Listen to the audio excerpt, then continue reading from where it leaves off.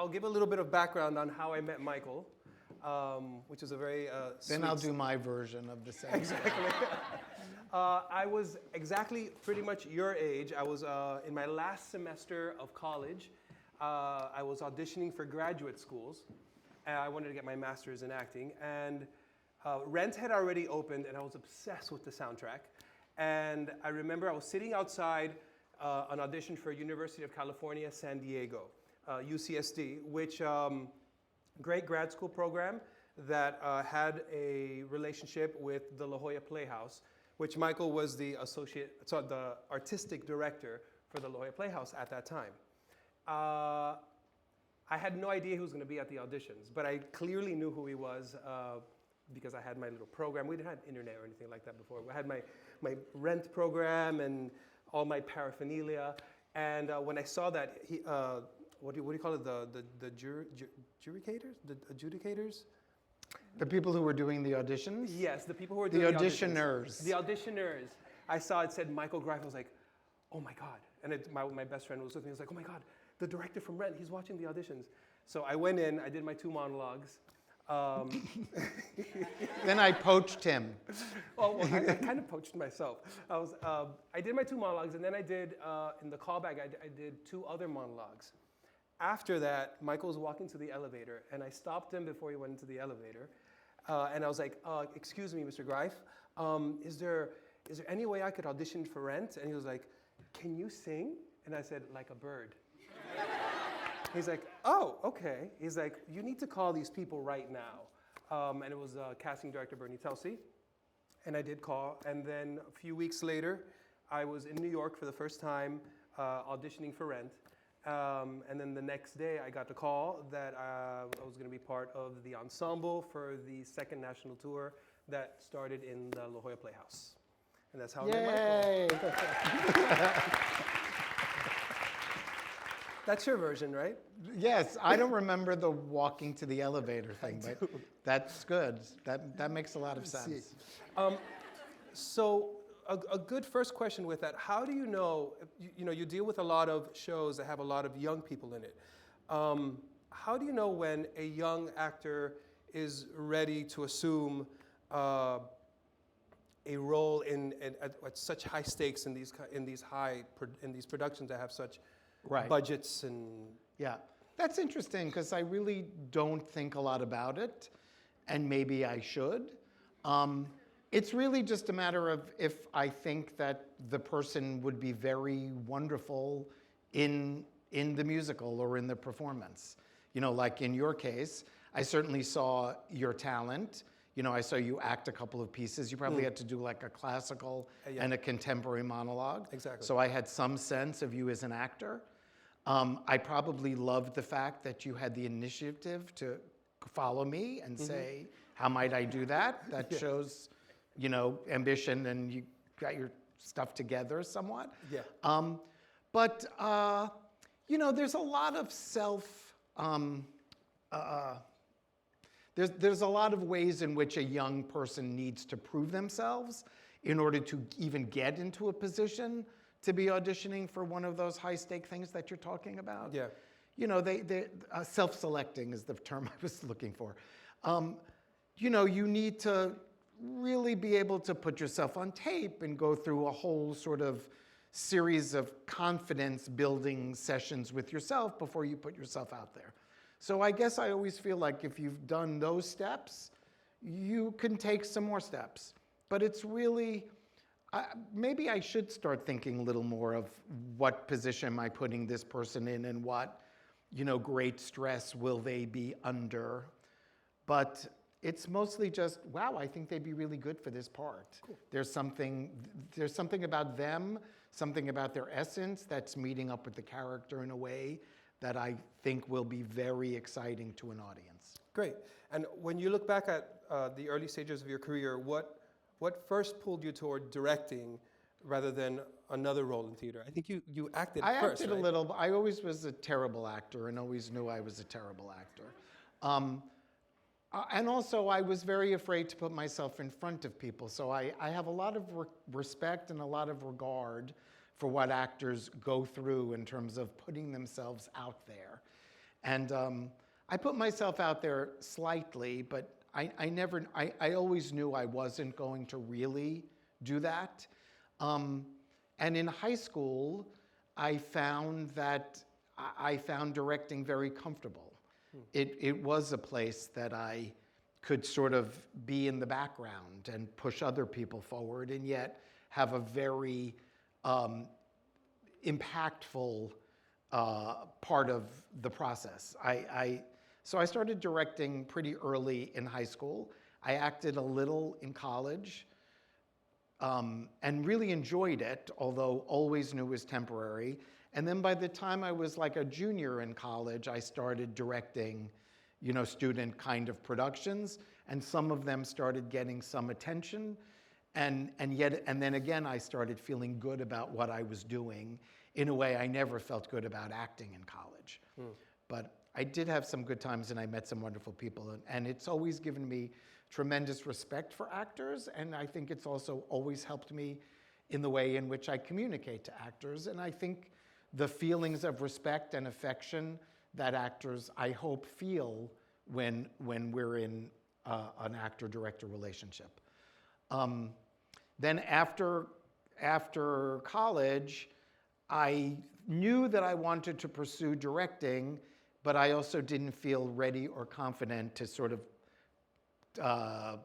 sell my wares on my own. So I started looking for graduate programs. And I found this program in California that I didn't realize would be so ideal for me, because it was really small and I had a huge amount of opportunities.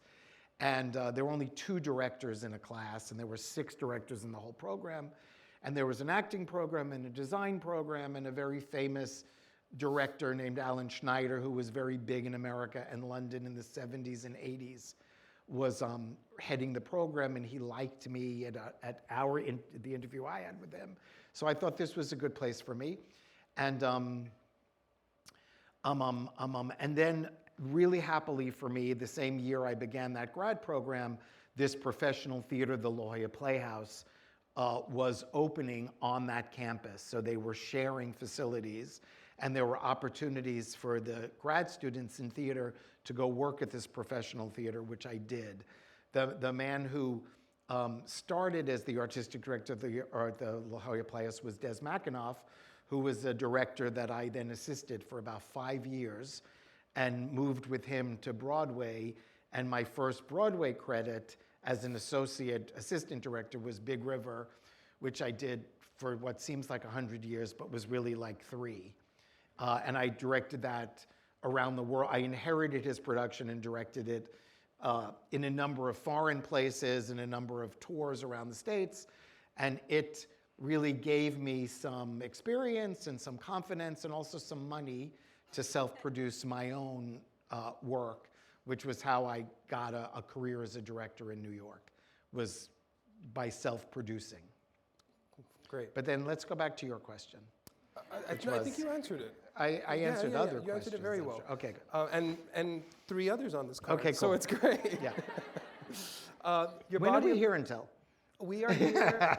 No, we're here for a little while, and then they're going to ask Like some 7? questions. Okay, great. Yeah. Yeah. Your body of work includes projects that have become cultural touchstones. How do you decide which stories are worth committing years of your life to? Yeah, that's a wonderful question. I should say that at first I wasn't in that position, and I was really happy to direct most things that anyone offered me, and to make the most of it. And Rent was certainly a wonderful opportunity, and it was, I thought, a really worthwhile musical about some people I found very interesting. Was that your first musical? Was that like After Big River, it was my first musical. Yeah. I mean, I always really liked musicals. I liked seeing musicals. I loved A Chorus Line, which I talk a lot about. I mean, I always liked the way musicals were put together. I found them very theatrical. But of course, I studied much different kinds of fancy theater. And especially at graduate school, we all sort of eschewed musicals and thought we were all going to do Brecht and other, and Shakespeare the rest of our careers. So it was unexpected that I was happily offered to direct Rent. And it was because of a combination of having, Jonathan Larson knew that I had experience directing Big River, and he also had seen other things that I had done which were much rougher and different than Big River. And so he asked me, he and Jim Nicola, who was the artistic director at the New York Theater Workshop, asked me to do Rent, and I thought it was a wonderful challenge. And I honestly had no notion that Rent would live past the 3 months that it was supposed to live at the New York Theater Workshop. Jonathan did, of course. Jonathan Larson thought that everything that happened to Rent should have happened to Rent. But I had no notion, and I think that made for a wonderful combination, because we were looking at it very differently. And how were you looking at it? I was looking at it in a way that I wanted the people in the East Village who would come to see themselves at the New York Theater Workshop, I wanted them to like it and not think that it was an inauthentic and stupid version of their lives. Even though it was an idealized version of their lives, certainly. I just wanted to make sure that they could see themselves portrayed affectionately and with respect, and sometimes nobly, but mostly they could see themselves in it. So I was really making it for that audience, and I think that really helped it along the way, and it always has asked people to sort of come to it rather. It doesn't do a whole lot to go to you. It asks you to meet up with it halfway. But I thought the story was interesting. And the story I thought was most interesting was about this guy who was not HIV positive, living and loving people who were HIV positive, who at the time were most certainly dealing with a death sentence. I knew lots and lots of people in their 20s who were dealing with a death sentence. You know, I wasn't HIV positive, and neither was Jonathan, but we both knew a lot of people who were, and we both, you know, went to a lot of memorials and grieved a lot of good friends and saw a lot of parents grieving their children. And I was excited to do a musical about that. And then there were other parts of Rent, like them complaining about not paying the rent and worrying about whether they should work for BuzzFeed or not, that I found much less interesting. So, but there was, at the heart of it, was, I thought, a very profound and powerful story about how you can support and love and help people who are in a terrible situation. And when you start approaching material, do you have a particular creative process that you engage in when looking at a script? I guess I just feel like, does the music speak to me? Does the story speak to me? Will my collaborators and I have a wonderful time together? That's one of the advantages of having a long career and being in a better position to choose things than I once was. You know, I feel like, is there stuff here I love? Is there stuff here that I think can improve? Are there people here that I will have a wonderful time working with? Will they agree to some points of the things I want to change? Will they be able to change my mind about certain things? So it's a lot about not only the piece itself, but the people involved who I know I'm going to be spending lots of years with, as you say. Yeah. What are you personally drawn to in shows now that you weren't earlier in your career? Nothing new. Nothing new. Okay. I don't know what you mean.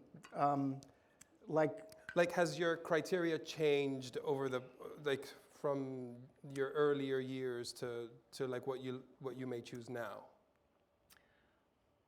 I think, you know, I'm more drawn to stories about older people.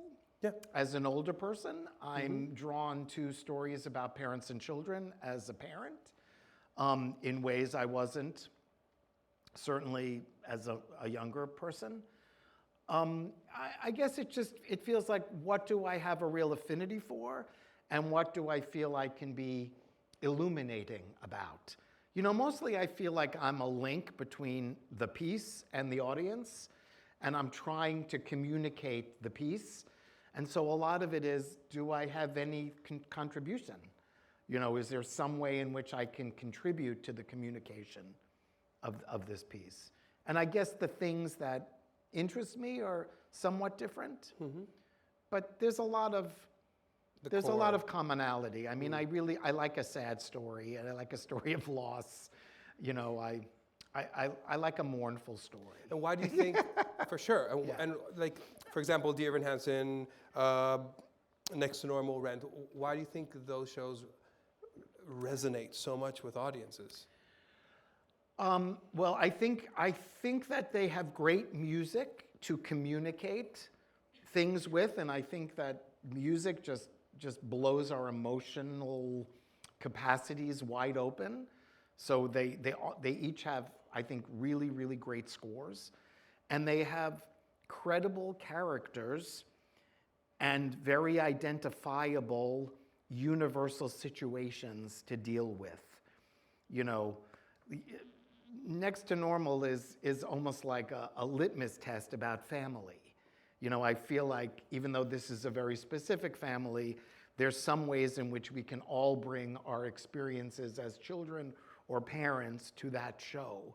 And it's essentially the family.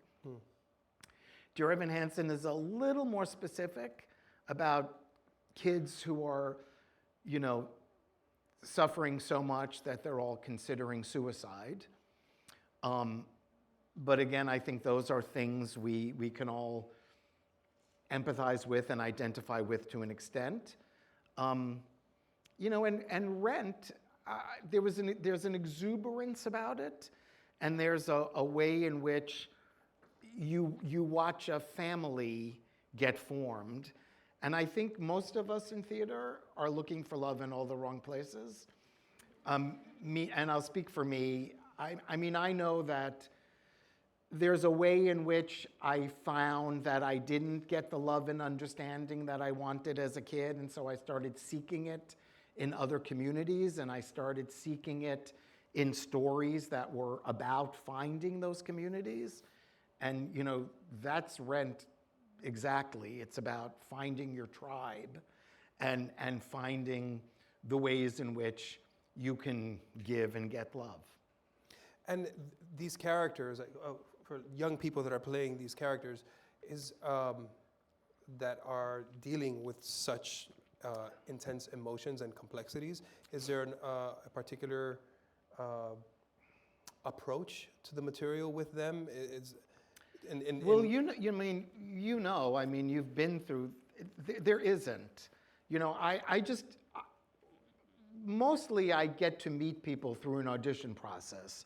So I do get an extent of how capable the young person is of meeting the material.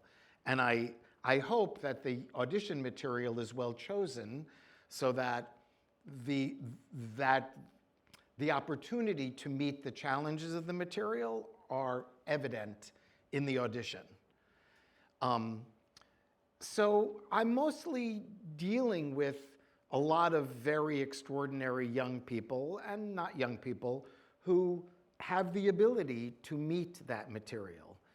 And I've never had the need, and I've, you know, always been very pleased that I've never had to manipulate or do psychological experiments or, you know, pull someone aside and tell them your parents were in a car accident, now do the scene. You know, I've never wanted to manipulate in that way. I feel like maybe 20 years before I became a director, there was some kind of, you know, Strasbergian tradition of messing with people in that way. And I've been very fortunate in that I'm meeting people in an audition situation, so they're very capable of meeting the material. You know, then of course there's lots and lots and lots of shaping that has to get done, and sometimes people get stuck and you have to find ways of moving them through it. But, you know, mostly I want to see if you can interpret the material and then meet up with the material. And again, most of the most of the things we're talking about are musicals. Yep. So even the act of singing and being able to express those, deep or exuberant emotions in song, is something that you can immediately see. Yeah. And often, there are lots and lots of stories about the original company of Rent, where a lot of those wonderful, wonderful, wonderful performers were singers first before they were actors. And, Rent has very little spoken material, as opposed to Dear Evan Hansen, in which you really do have to be able to act text as well as sing lyric. But in Rent, we really got away with, if you can put a song over with your band, you can put yourself into the emotional experience of Rent pretty well. Yeah. Didn't always work, but it mostly worked. We're going to have two of our students sing. Great. Particularly, do you remember Christian Mena? Sure. Roger? Yeah. His daughter. That's amazing. Is going Will you please give Christian my love and say that this happened? He's wonderful. Come over. He's one of those people who were in a band, by the way, and didn't have a whole lot of acting experience, came to Rent. Hi. And this is Diogo. Hi, how are you? Nice to meet you. You look like your dad. And your mom, too. My mom sent a hug. It's so nice to see them. Thank you.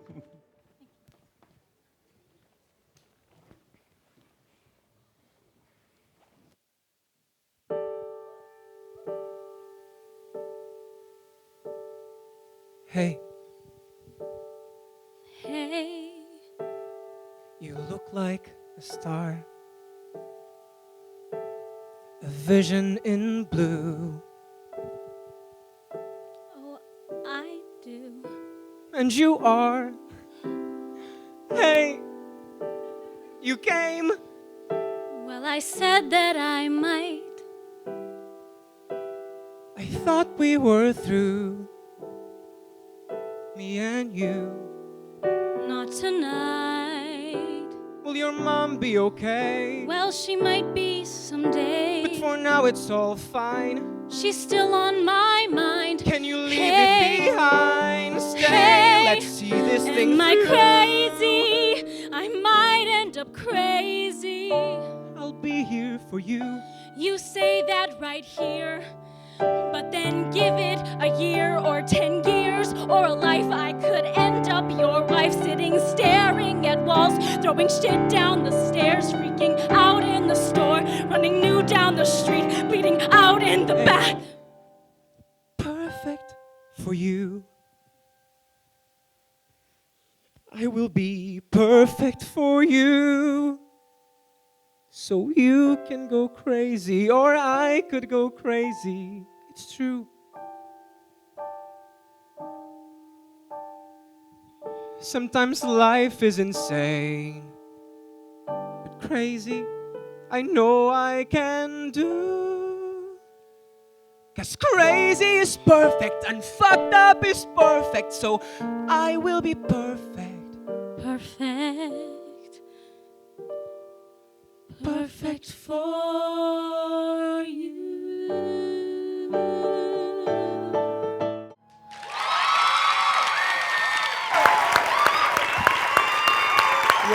Thank you. Gracias. Andy, that was from Next to Normal. It's Oh, not yes, from Dear yes, Evan yes, that's Hansen. normal. Should we work on things? Do you want to? Yeah, we could work on things a little. Okay, sure. So it's a whole lot about knowing the circumstances and everything that's preceded this. So you've really come from just having the most honest, actual conversation with your mother you've ever had. And she's given you the confidence to actually put yourself out there. And I think that you are actually completely and totally shocked that she actually, has shown up and done that. And so I think what you're asking of him is, can you actually love all of me, knowing that there's a very good chance that I'm going to end up just like her, which is, of course, what I've been worried about for 17 years. And you've been trying to assure her, you know, in the months you've known each other, that you will be able to withstand it. And you've also seen the house at its worst. You've seen the chaos that has been in her house. So I would say, you know, the material takes care of itself. You can actually do very, very, very little. You know, and Tim Weil, who's the original music director of Rent and really wonderful, has always said, sing like you're speaking and speak like you're singing. You know, you both have really great instruments in terms of being able to handle the musicality. You should just think about how simply you're navigating one another. Do you know what I mean?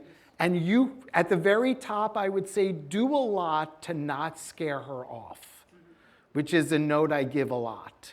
Do you know what I'm saying? It's like, yes, inside you're fluttering, you're flying, but what you need to do is not scare her away.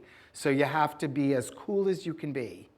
And then you're just testing the waters. And when you feel enough trust, you're able then to say, but here's what you may be getting.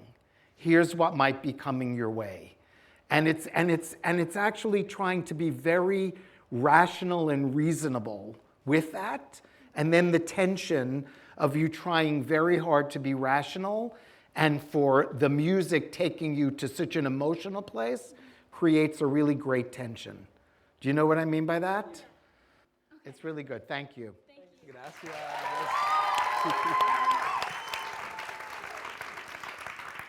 I think that was thrilling for them to watch that interaction. Thank you for that. Sure. A ver, what do you think actors most often misunderstand about the director-actor relationship? Well, I think that there has to be like a good communication there. I think there really wants to be trust there. I think maybe what's misunderstood is that it's really okay to really question the director and question the direction and actually really do engage. I really do like it when people try to do what I'm asking them to do, as you just did. But I'm also really open to, can you tell me why about that? Or I tried that, but it sort of felt better when I did that, or I felt I was doing more. You know, so I feel like maybe the misunderstanding is that it's a one-way communication, and it really can be a two-way communication to be most successful. How about in regards to auditions? Auditions are very nice in one way. And I see a lot in auditions, and I hope build up the beginnings of a relationship in an audition. If I'm asking somebody to do something in an audition, and I see them being able to, you know, navigate that, I'm excited about that actor. You know, and I do think the audition is for the actor to prove their ability to be in the production. So it's a little more one way there.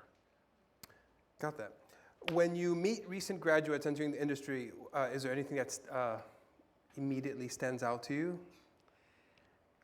Say more about that. What? So, you know, they're all going to graduate. Well, a big group of them are going to graduate and go into the industry. Is there anything that they should be focusing on? You know, there's a lot of self-tapes that they have to do. Yeah. There's a whole lot to be focusing on. You know, I'm unaware of what industry you people are moving into. Mm-hmm. Like, are you moving into theater in America, in UK, some America, across some Europe? West End, some West End, some Europe. You know, I would find a way to see a lot of things, which is difficult, I know, because things are expensive, but a lot of things you can find ways to see. I just think you should see a lot of stuff and really know what's out there. And I think if you can continue studying, that's really great too. Keep up your skills. Is considering how the industry's changing, how can conservatory programs redesign themselves or design themselves to prepare actors for the current industry? Well, how do you mean that it's changing? Meaning, like, let's say where the industry is now. Is there something that, let's say, we at IAB can be focusing on to meet the demands, the current demands? I don't really know where the industry is going, which is different than where the industry has been. So I'm not answering this well. You know, I'm not asking it well either. you know, like I don't know where musical theater is going. You know, certainly I think that the union of pop type music and musical theater, that will continue. So I think it's wonderful that you're all training, you know, not only in classical music and not only, you know, musicals of the 50s, you know, and earlier, but also more contemporary musicals and musical styles. Am I? Yeah. Yeah. That seems like a bad answer. We'll go to the next one. Is there work you have not yet done that you feel that you're interested in doing? Nope, there's not a lot. What continues to inspire you to keep creating? I hope that I'm still very excited about, you know, bringing interesting stories to small and large amounts of people. And I'm really interested in continuing to find new collaborators to, you know, engage in very meaningful and sometimes difficult and complicated, but ultimately really rewarding experiences. Great. Now I'm going to do a little lightning round of questions, and then we're going to Okay. open the questions out to Great. them. Which character have you related to the most personally in your musicals? It sounds like an Alec question. It's an Alec-like question. Evan, I don't really know. You know, somebody's parent is lately.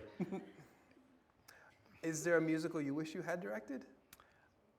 I wish I had directed Wicked, you know, you know, for obvious reasons. There's a lot of musicals I wish I had directed for those kinds of reasons.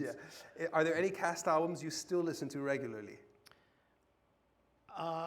Well, I've been listening to the Beautiful Little Fool cast album, that little concept album that was released, to sort of like bring myself away from the show I just did in London. I listen to things. I go back and listen to things and enjoy it.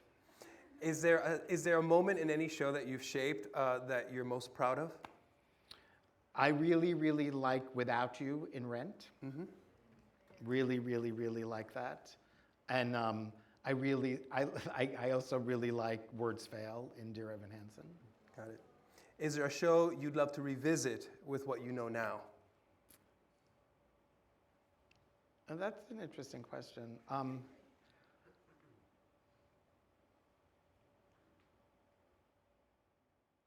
No.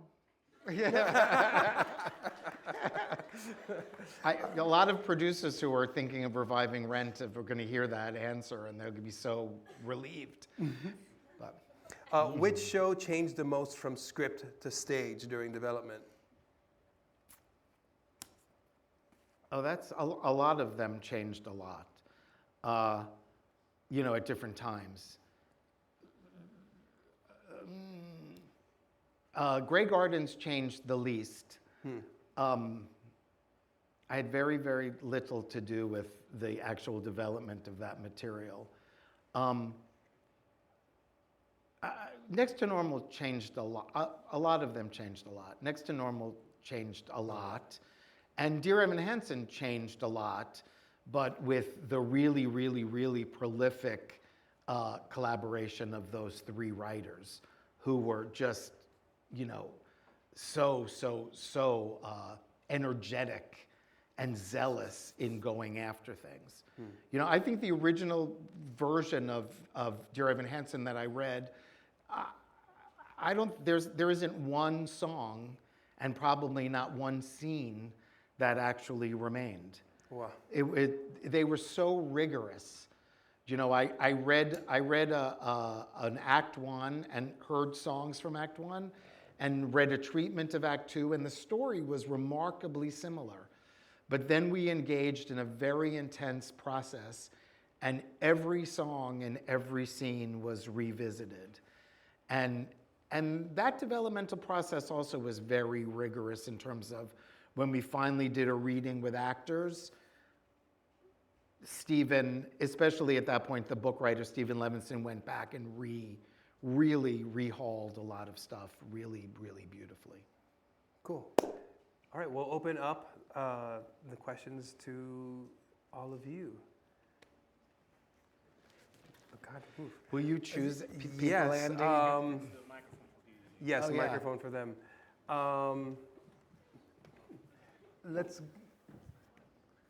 Nick, will you help me do this? Because I can't really see them that well. Hello, so nice Hi. to meet you. I feel like we're so close, I don't need the microphone. But everyone can hear you with the Absolutely. microphone. I was wondering about Days of Wine and Roses, working with Adam Gettel's lyrics. I feel like he writes from like an emotional point of view, like he paints pictures with words instead of describing everything. How was directing that, finding all the truth and the subtext and everything? That's a really great question. I'm so glad we get to talk about Days of Wine and Roses, which I love very, very, very much. You know, as you say, Adam's lyrics are so imagistic. There are some wonderful times when I just have to also watch the incredible actors. I would watch Kelly and Brian, you know, inhabit those images. Like I learned an awful lot about what it meant to them to sort of start cementing the meaning. But also our wonderful, wonderful, wonderful book writer, Craig Lucas, would also take those remarkable images and seed them throughout so that the musical actually almost has its own language, because Craig started seeding those images and those phrases into speech and contextualizing them. So by the time they were sung about, you'd have a collective understanding of what they meant. Do you know what I mean by that? Yes. Yes, and that was really like a very conscious effort on Craig's part to contextualize, you know, and really let those images sing and communicate effectively. Go? Yes? Is it working? Okay. Hi. Hi. My name is Leona. Nice to meet you. Hi. So my question is, if you have noticed differences within generations, so the new people, like people my age, they're coming into the industry, and if you can tell differences within the generations, the way we work, maybe our behavior or technique-wise, and things that you like about it, and things that you wish it could be different, that we didn't do it. Does that make sense? Am I expressing It does myself? make sense, and you know, I'll try to think back to, you know, I got to work with a whole lot of young people, both on Hell's Kitchen and The Notebook recently. And it was sort of post-COVID, and it was post a lot of soul searching in terms of at least the Broadway community, in terms of finding ways in which performers could feel a little more protection and a little more safety in what they were being asked to do. And some of that was very logistical, like how many hours can we ask them to work, but also making sure that people felt that much more comfortable and safe in the work environment. And I believe very, very, very happily in those changes and people's comfort. And I also feel like you are entering an industry in which you are carrying the burdens for the audience. You are being triggered for us. Like, I need you to put yourself in dangerous places emotionally, not unsafe in terms of how you're dealing with your fellows and your coworkers, but I think that the industry will, I think the art form, more than the industry, needs to continue to ask of its actors to be emotionally available to danger. And so I think that's a big wave. And I'm sure in your classes you talk about it and you deal with it. But I've often questioned, why are you coming into this art form if you're not open to really putting yourself out there emotionally? You all need to be, Meryl Streep in Sophie's Choice and think about what it means to have to choose one kid's life over another. That's the art form. That's what's being asked of you. And I believe it goes back to the Greeks, where you guys were suffering so that we could live our lives and not suffer. So that's where, as a cranky old man, I sometimes look at young people and go, I don't know. It's really a tough business on a lot of levels. But artistically, it's if you're not willing to really put yourself out there emotionally, then I think you should do something else. So I don't know if I'm answering your question right, or if I don't know. That's my cranky old man answer to that. Hi, my name's Lily, and thank you so much for coming here. You're welcome. My question is, what differences and challenges did you find when directing Hell's Kitchen, which is a biographical piece and has so many songs that have already been made famous, being performed a certain way, versus a completely original work like Dear Evan Hansen? Really crazy, strangely, they're really, really, really similar. Fortunately, in terms of Hell's Kitchen, the person, Alicia Keys, whose story it was inspired by, was very excited about recontextualizing the big hits. She found special delight in, Christy, as our book writer, giving this guy the opportunity to sing Fallen. All of that recontextualizing really excited her. Gramercy Park becoming not just a love song, but a song about real identity and coping with being misidentified so much in the world as a young black man, really, really thrilled her. So there was something, we were looking for ways in which the familiar material was becoming original and different. So in that way, it was very much like working on Dear Evan Hansen or anything else. But you have to go through different steps in order to get there. Thank you. Hello. So was there any point in your career that you felt like giving up or something? And Yes. if so, what helped you keep going?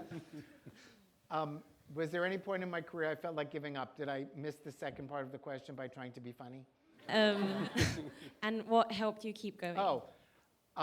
Yeah, I actually, did that really stupid thing about I'll give myself 5 years.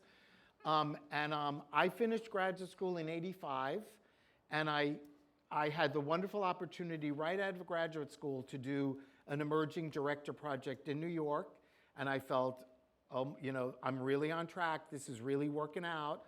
Finished graduate school. I got to do a show in New York. And then I couldn't get another show in New York. And that show went well, but it was very much, that's an opportunity for emerging directors, and we're hiring directors that have real experience to do all these other shows or musicals. So that was '85, and I really said, you know what, I'll give myself to 90. And if this doesn't work out, I will find happiness in other careers.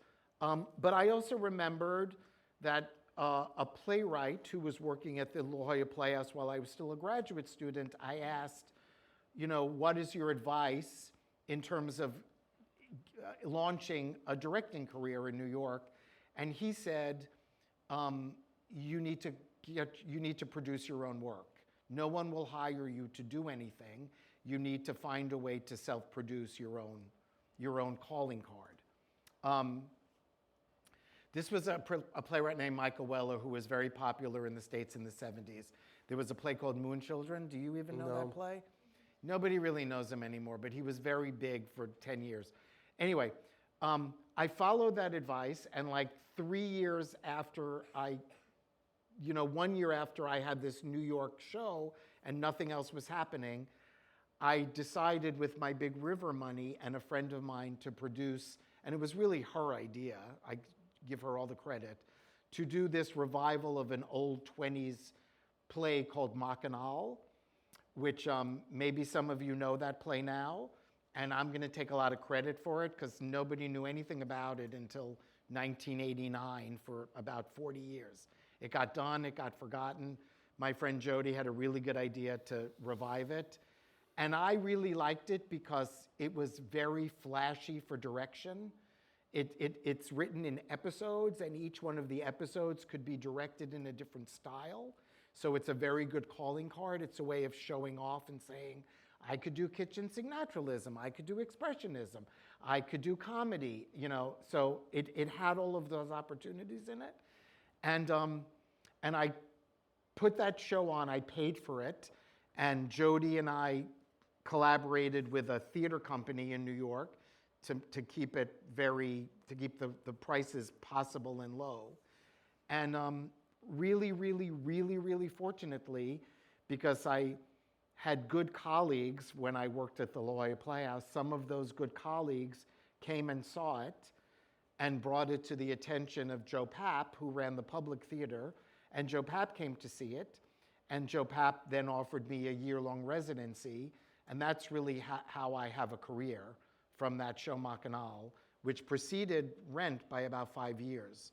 And the only reason why Jonathan gave me that job was because he liked Mackinac too. So I really was on the verge of, thinking about doing other things when this big success happened.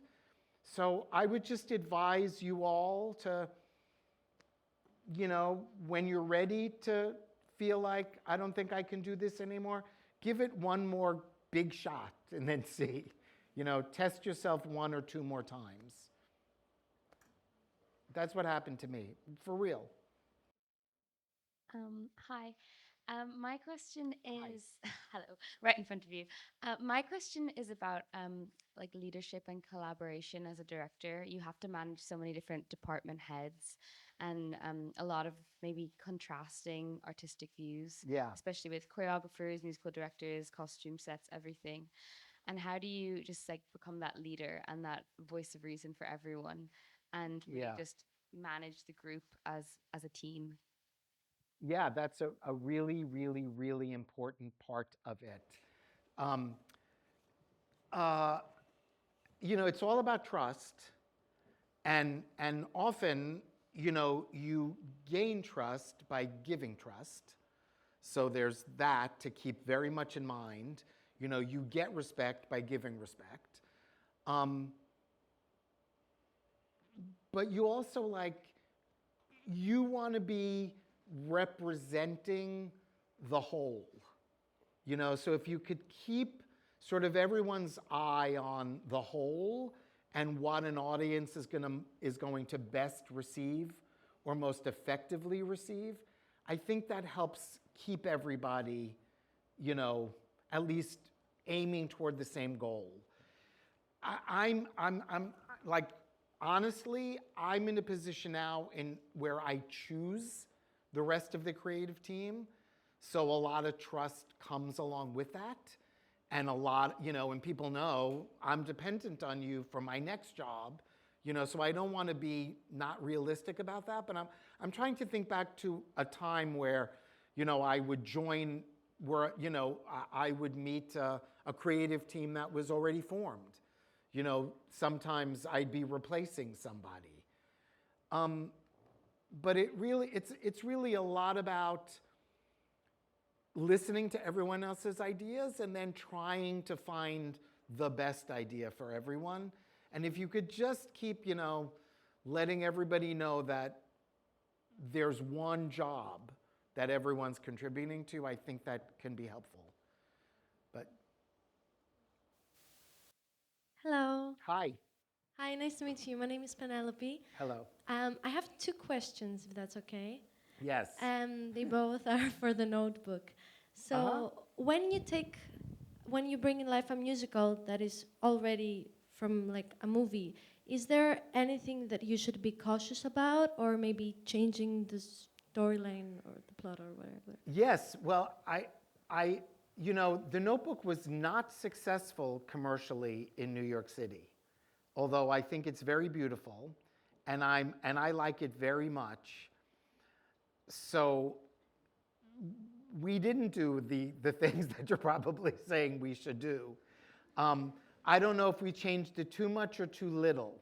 I think we found that completely opposite of sweet spot where we made no one happy. The people who wanted us to make it exactly like the movie weren't happy, and the people who wanted it to be completely different than the movie weren't happy. So it's like nobody was happy, except the musical does have a lot of fans, including me. I actually got to read and listen to a version of the musical pretty far into its development. So I actually met it and recognized that Ingrid and Becca, the composer and writer, were doing something slightly different than both the novel and the movie. And I appreciated that. And this goes to exactly what you asked, what am I looking for differently now? It's like that Ingrid was really, really keyed into those old people. She was really writing about her parents in a very loving, loving way. And it became, about my parents and everyone else who worked on the show. There's a lot of young love. There's a lot of, coming together and breaking apart and reuniting. But I think the musical, more than the movie or the book, is all about memory and all about looking back on your life. And I guess I was in a position that I really felt great about looking back on my life. So I was very, very drawn to it. But I was drawn to it because of its different focus than the novel or the movie. And then we all had a good time, like in the process of like reading the novel and sharing it with each other. Everyone had read it already. I think I had not read the novel until I was involved with it. And I would bring like, oh, in the novel this happens, that might be good. And in the movie this happens, and that might be good. Mostly we all really struggled with what was it that kept them apart for 10 years. So we tried to find credible reasons for them staying apart for 10 years. Then also the musical has this really good song, My Days, in which, the big event of the song is, how do I find happiness with myself? Which means that, each one of those, the lives that those men could have provided for her needed to both have validity. So we all had to work very hard to make Lon like some sort of viable shot, some sort of viable option, so that My Days had some reason to be, other than, duh, like, what do you think you should do, Allie? So, which we don't really succeed in, very well, but there's a lot that we paid a lot of attention to. How do we actually make her choice for real? But I think the most meaningful and successful parts of The Notebook, like I have my favorite parts of Rent, are all about those old people. I love those old people. Thank you so much for this answer. And one more question that I had. This is very specific, and I don't know if there's any answer for it, but for the casting, what was the one thing that made the performance stand out to you in the auditions for the role of Allie? For Allie? Yes. Well, their ability to sing My Days was very, very important. And then also to inhabit the kind of vitality and openness and quirkiness, because the play talks a lot about, that she's, quirky and she's awkward. You know, she isn't polished. So it's somebody who's extremely captivating and who you're drawn to, but also you could believe has a little, there's a little bit of of an awkward clown about her too. So those were the things that went into it. Hi. I Hi. had a question about something you said earlier about Rent, that it was a nice experience where you didn't really imagine the show would have such a long life. Yes. But the writer really did. Yes. And it got me thinking, do you feel like your expectation of a show's lifespan has an influence on how you end up directing a show? That's a really great question. I guess it does. You know, I just did a show that I thought, you know, was going to be like a one-off in London. Like, I just finished doing a show and I think, oh, this is going to be that show. And I direct a lot of plays, too, that I think, this will have a 3-month run, this is the play. And then there are other things like The Notebook and Hell's Kitchen, which is slightly different than Days of Wine and Roses, and we'll go back, you know, in which you're really building a show in which you want to have millions and millions and millions of people come see, you know, and so you sort of feed the shows different things in order to have a shot at having those millions and millions and millions of people come see it. Thank you. Hello, Hi. I'm Tiana. Thank you so much for being here. Pleasure. I just wanted to ask, because you talk about how you felt that a big part of being a director is about communicating the piece with the audience. Yes. How do you take a different approach to different musicals? For example, like Rent was set in the late 1900s to Hell's Kitchen, which is really contemporary. Do you like take a different approach when directing these musicals and directing the performers? They're both actually set around the same exact time. Oh. You know, Rent is set like in 1992, and Hell's Kitchen is set in 1995. And I think I got the job because Alicia saw Rent and sort of liked it when she was 16. So no. But there are other shows like Days of Wine and Roses, which very much have, you know, a 1950s, 60s perspective, you know, and the ways in which people can imagine their lives have a lot to do with the times in which they're living.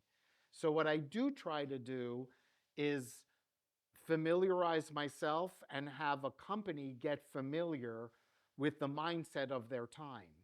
You know, and then of course you could be doing Shakespeare plays and you know, make corollaries from different time periods, because I don't think anyone knows, except maybe now that Hamnet has shown us, what life was like in the 17th century or the 16th century. Anyhow, but, you know, I do think a lot about what is the mindset of the time period in terms of how are you seeing the world, how are you seeing your future, what's available to you in the world, what isn't available to you in the world.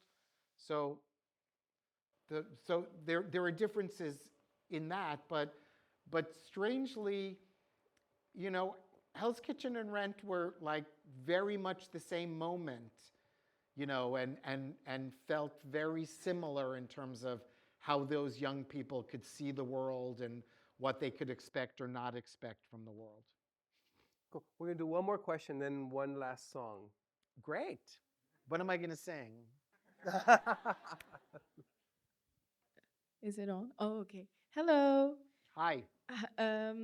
I have a question about something you said earlier, that you wanted to portray the people from East Village in Rent, Yeah. in a realistic, Yeah. honest manner, or the people that experienced being HIV positive and all that. Yeah. And I was wondering how, for you, since you didn't have that experience, did you have to go and talk to people and listen to their story, or I don't Yes, know.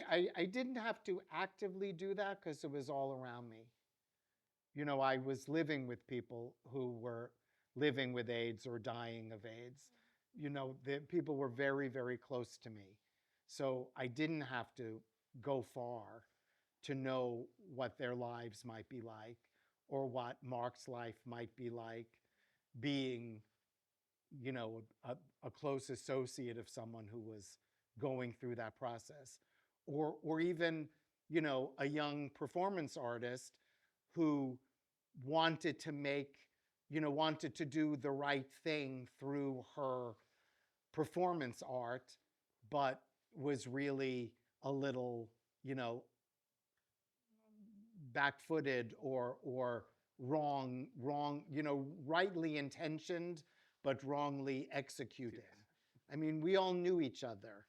You know, Jonathan really knew those people, and I knew those people. So a lot of those characters came directly from experiences of people we knew. All right. Thank you. You're welcome. Bueno, muchas gracias. De parte de los estudiantes de teatro musical en el IAB, queríamos agradecer la compañía de Michael Greif y por contestar nuestras preguntas y compartir tus anécdotas. On behalf of musical theater students here at IAB, we just wanted to thank you for coming and answering our questions and sharing your stories and watching our lovely students. So, thank you. Very much. You are.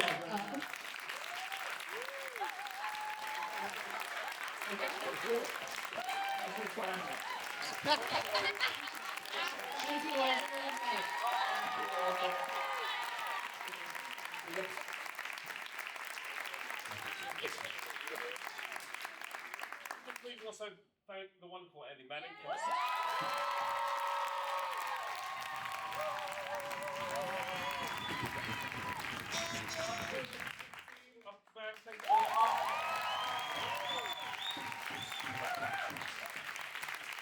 And once again, please thank Andy Signor and the wonderful Michael Greif.